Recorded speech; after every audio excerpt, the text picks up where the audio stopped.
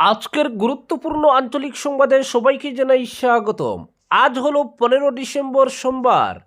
আজকের সকালের বরাক উপত্যকা তথা আসাম এবং দেশের গুরুত্বপূর্ণ বিশেষ বিশেষ খবর হলো: রামলীলার মহাসমাবেশ থেকে বিজেপিকে গদিচ্যুত করার ডাক কংগ্রেসের। গলিগলিতে ভোট চোরদের রুখব বললেন গৌরব গগৈ। আলগাপুর বাজারে সুপারি কারখানায় অগ্নিকাণ্ড, অল্পের জন্য রক্ষা পেল পুরো বাজার। আফটার দ্য ব্রেক খুলল গেমন সেতু, এবার কতদিন স্থায়িত্ব নিয়ে সন্দিহান জনগণ। সমস্যার নেপথ্যে ওভারলোডেড লরির দাপট। আসামে এসআর 88% ভোটারের যাচাই পর্ব সম্পন্ন। দক্ষিণ করিমগঞ্জের বিধায়ক সিদ্দিক আহমেদের বিধায়ক তহবিলের কাজের দুর্নীতি ফাঁস করল তৃণমূল কংগ্রেস। সপ্তাহের মধ্যেই সব কাজের তথ্যফলক না লাগালে মামলার হুমকি আব্দুস সত্তারের। হাসিনার বিরুদ্ধে ভারতীয় হাই কমিশনারকে নালিশ বাংলাদেশের। দিল্লিতে বসে সন্ত্রাসী কর্মকাণ্ডে উস্কানি। এবং সর্বশেষ খবরটি হল, সিডনিতে ইহুদিদের উৎসবে রক্তক্ষয়ী হামলা, নিহত 12। হামলাকারী পাকিস্তানি নাবিদের সন্ত্রাসযোগ খুঁজছে পুলিশ। কড়া নিন্দা প্রধানমন্ত্রী মোদীর। এবারে শুনুন বিস্তারিত খবর। রামলীলার মহাসমাবেশ থেকে বিজেপিকে গদিচ্যুত করার ডাক কংগ্রেসের। আমরা সত্যের সাধক, বিজেপি আরএসএস অসত্যের সাধক। আমরা সত্যকে দিয়ে অসত্যকে পরাস্ত করব। সত্যকে সঙ্গে নিয়েই বিজেপি আরএসএসকে হিন্দুস্তান থেকে হটাবো, এমন হুঙ্কার ছুড়েছেন রাহুল গান্ধী। রবিবার দিল্লির রামলীলা ময়দানে কংগ্রেসের মহাসমাবেশে তিনি বিজেপিকে ক্ষমতা থেকে চুড়ে ফেলার হুঙ্কার দিয়েছেন। পাশাপাশি তিনি বলেন, মুখ্য নির্বাচন কমিশনার বাঁচাতে বিজেপি আইন বদলে দিয়েছে, কিন্তু কংগ্রেস ক্ষমতায় এলে এই আইনে সংশোধনী এনে মুখ্য নির্বাচন কমিশনারকে বিচারের মুখোমুখি করা হবে বলে জানিয়েছেন রাহুল গান্ধী। তিনি বলেন, প্রধানমন্ত্রী নরেন্দ্র মোদী এবং স্বরাষ্ট্রমন্ত্রী অমিত শাহ এখন কম্পমান, তাদের কাছে কোনো জবাব নেই। মহাসমাবেশে সাংসদ প্রিয়াঙ্কা গান্ধী দেশের মানুষকে জেগে ওঠার আহ্বান জানিয়েছেন। কংগ্রেস নেতারা তাদের ভাষণে ঘোষণা করেছেন রাহুল গান্ধী দেশের পরবর্তী প্রধানমন্ত্রী। মহাসমাবেশে ভোট চোর গদ্দারদের দেশের ক্ষমতা থেকে চুড়ে ফেলার হুঙ্কার দিয়েছে কংগ্রেস। দিল্লির রামলীলা ময়দানে রবিবার দেশের লক্ষ লক্ষ মানুষের সমাবেশে কংগ্রেস নেতারা এই হুঙ্কার দিয়েছেন। রবিবার দিল্লির রামলীলা ময়দানে ভোট চোর গদিচোর মহাসমাবেশের আয়োজন করেছিল কংগ্রেস। এই সমাবেশে কংগ্রেসের শীর্ষ নেতারা বিজেপি, আরএসএস এবং নির্বাচন কমিশনকে তুলোধনা করেন। সমাবেশে কংগ্রেস নেতারা বলেন, দেশের গণতান্ত্রিক কাঠামোকে ধ্বংস করে দেওয়া হচ্ছে। সমাবেশে ভাষণে কংগ্রেস সভাপতি মল্লিকার্জুন খাড়গে বলেন, বিজেপি নেতারা শুধু নাটক করেন। সংসদ চলাকালীন প্রধানমন্ত্রী বিদেশে যান, অথচ প্রশ্ন তুলেন রাহুল গান্ধী কোথায় যাচ্ছেন। তিনি বলেন, ভোট চুরি করে ক্ষমতায় বসে আছে বিজেপি, এই গদ্দারদের ক্ষমতা থেকে সরাতে হবে। সাংসদ প্রিয়াঙ্কা গান্ধী বলেন, দেশের বিজেপি এবং নির্বাচন কমিশনের কার্যকলাপে নির্বাচন প্রক্রিয়ার প্রতি মানুষের আস্থা নষ্ট হয়ে যাচ্ছে। দেশের নির্বাচন ঠিকঠাকভাবে হচ্ছে না, প্রতিটি ধাপে সন্দেহ তৈরি হচ্ছে। সংবিধান দেশের মানুষকে যে ভোটাধিকার দিয়েছে সেটাই বিপন্ন। তিনি অভিযোগ করেন, দেশের সব সাংবিধানিক প্রতিষ্ঠানকে সরকারের ইচ্ছে মতো চালাতে বাধ্য করা হচ্ছে। নির্বাচন কমিশনের ভূমিকা নিয়েও প্রশ্ন তুলেন প্রিয়াঙ্কা। তার অভিযোগ, বিহারে নির্বাচন চলাকালীন মহিলাদের 10,000 টাকা দেওয়ায় কমিশন চোখ বন্ধ করেছিল। এটাকে ভোট চুরি নয়। বিহার নির্বাচনে পরাজয়ের প্রসঙ্গ টেনে তিনি বলেন, হতাশ হওয়ার কিছু নেই, গোটা দেশ জানে বিজেপি ভোট চুরি করেই যেতে। পরবর্তী খবর, আলগাপুর বাজারে সুপারি কারখানায় অগ্নিকাণ্ড। আলগাপুর বাজারে ভয়াবহ অগ্নিকাণ্ড, অল্পের জন্য রক্ষা পেল পুরো বাজার। বিধ্বংসী অগ্নিকাণ্ডে পুড়ে ছাই হয়ে গেছে বাজারের সুপারি কারখানা। জানা গেছে, রবিবার সন্ধ্যার পর আলগাপুর বাজারের একটি সুপারি কারখানায় আবর্জনার স্তূপে আগুন লাগে। মুহূর্তের মধ্যেই আগুনের লেলিহান শিখা উঠতে থাকে উপর দিয়ে, যা দেখে রীতিমতো আতঙ্ক ছড়িয়ে পড়ে পুরো বাজারে। ফুটপাতে থাকা অস্থায়ী ব্যবসায়ীরা তাদের জিনিসপত্র গুছিয়ে নেন। ঘটনার প্রায় আধ ঘন্টা পর ঘটনাস্থলে পৌঁছায় অগ্নি নির্বাপক বাহিনী। এরপর আগুন নিয়ন্ত্রণে আসে। এই অগ্নিকাণ্ডের ঘটনায় অনেক টাকার ক্ষয়ক্ষতির আশঙ্কা করা হচ্ছে। তবে এখন পর্যন্ত অগ্নিকাণ্ডের সূত্রপাত ও আসল ক্ষয়ক্ষতির পরিমাণ জানা যায়নি। অগ্নিকাণ্ডের ঘটনার পর দেরিতে অগ্নি নির্বাপক বাহিনী ঘটনাস্থলে আসায় স্থানীয় মানুষের মধ্যে ব্যাপক ক্ষোভ সৃষ্টি হয়েছে। তারা শীঘ্রই আলগাপুর এলাকায় ফায়ার সার্ভিস স্টেশন বসানোর দাবি জানান। পরবর্তী খবর, আফটার দ্য ব্রেক খুলল গেমন সেতু। 48 ঘন্টা পর নির্ধারিত সময়ে শুরু হলো যান চলাচল। স্বস্তি ফিরল বরাক উপত্যকায়, অবশ্যই ত্রিপুরা মিজোরামেরও। তবে সেতু নিয়ে মানুষের মধ্যে থেকে গেছে উদ্বেগ উৎকণ্ঠা। এবার কতদিন চলবে এমন প্রশ্ন। 6 নম্বর জাতীয় সড়কের কাটিগড়া বদরপুর সংযোগী গেমন সেতু 48 ঘন্টার জন্য বন্ধ করে দিয়েছিল কাছাড় জেলা প্রশাসন।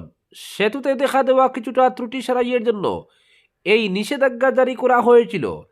ফলে শুক্রবার সন্ধ্যা 6টা থেকে রবিবার সন্ধ্যা 6টা পর্যন্ত সেতু দিয়ে সব ধরনের যানবাহনের যাতায়াত বন্ধ রেখে ত্রুটি সারাইয়ের কাজ করে NHIDCL কর্তৃপক্ষ।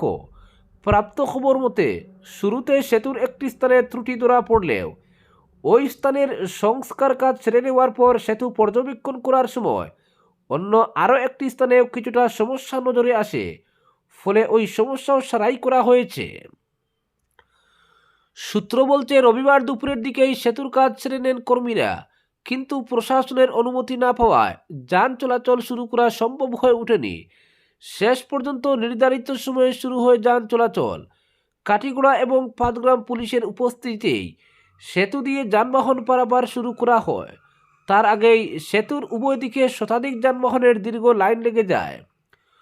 সবুজ সংকেত মিলতেই শুরু হয় সেতু পার হওয়ার দৌড়। যেন 48 ঘন্টা পর শ্বাসরুদ্ধকর পরিস্থিতি থেকে মুক্ত হয়েছেন যান চালক সহ সাধারণ মানুষ। ফলে কিছু সময় যানজট ছিল। যানজট নিয়ন্ত্রণে সক্রিয় ছিল পুলিশও। ফলে তেমন কোনো বিশৃঙ্খল পরিস্থিতির সৃষ্টি হয়নি। টানা 48 ঘন্টা বন্ধ থাকার পর সেতু দিয়ে পুনরায় যানবাহন চলাচল শুরু হলেও এ নিয়ে সাধারণ মানুষের উদ্বেগ উৎকণ্ঠা কিন্তু কাটেনি। সেতুর মসৃণ ভবিষ্যৎ নিয়ে সন্দিহান উপত্যকার মানুষ।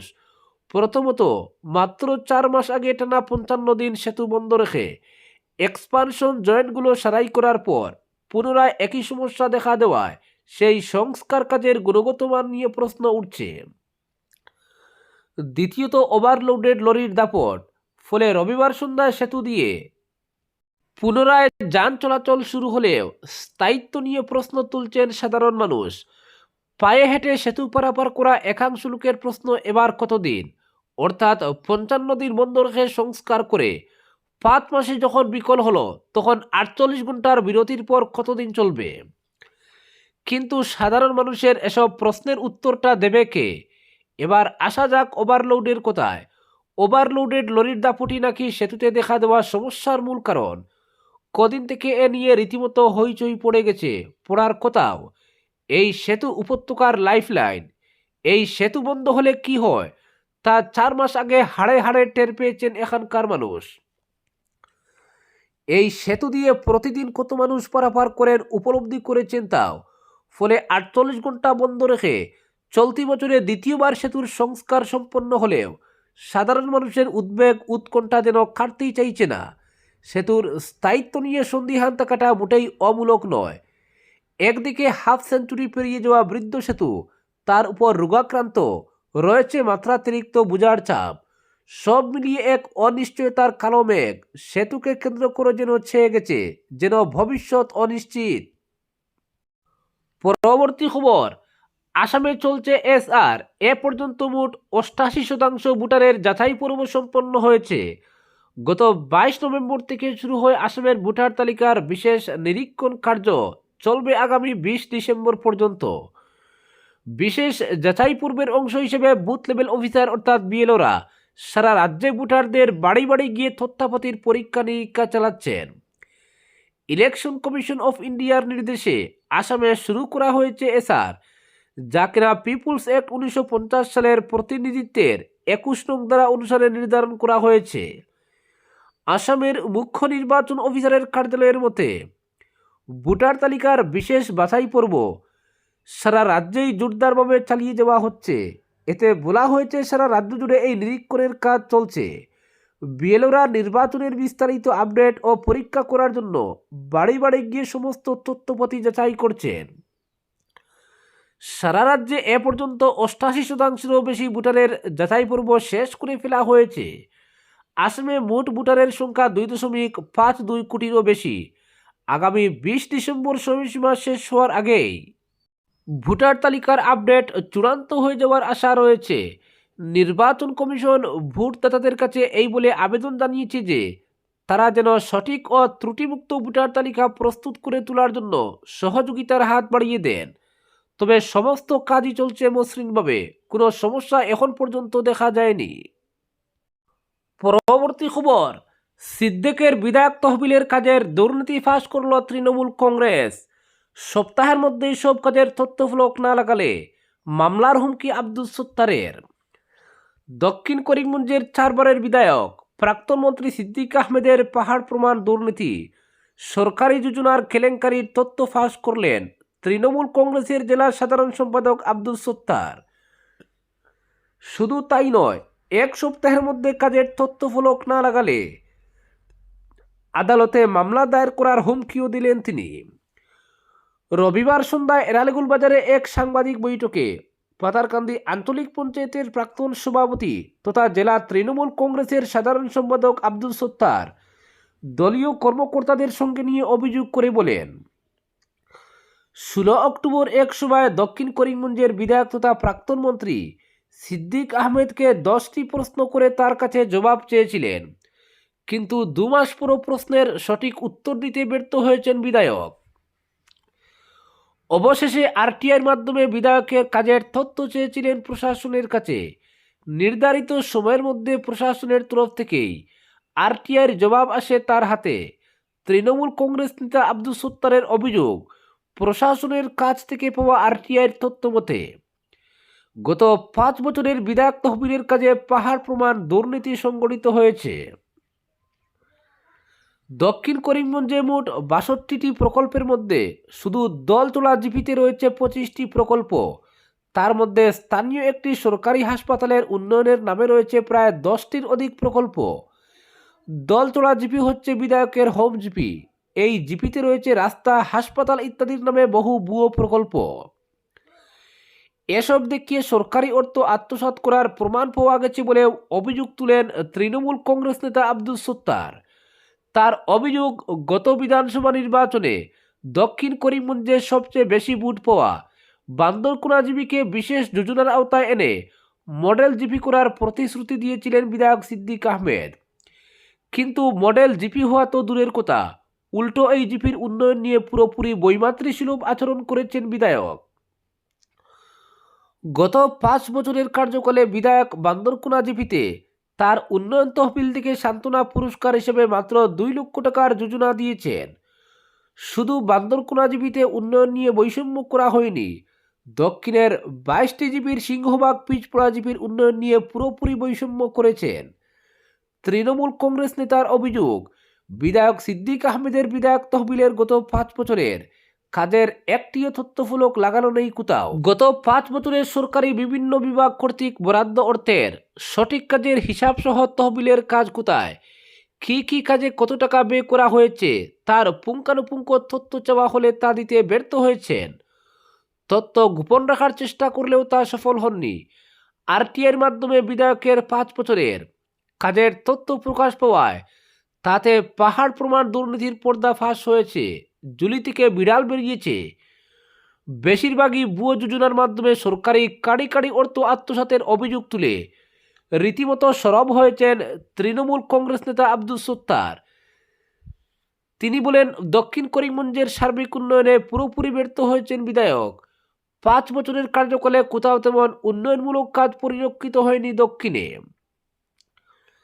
সিদ্দিক আহমেদের 5 বছরের বিধায়ক উন্নয়ন তহবিলের টাকার কাজ কোথাও খুঁজে পাওয়া যায়নি। বিধায়ক তহবিল থেকে শুরু করে সরকারি প্রতিটি বিভাগ কর্তৃক বরাদ্দ টাকার কাজের কোনো হিসাব পাওয়া যায়নি। আজকের বিশেষ সংবাদ এখানেই সমাপ্ত।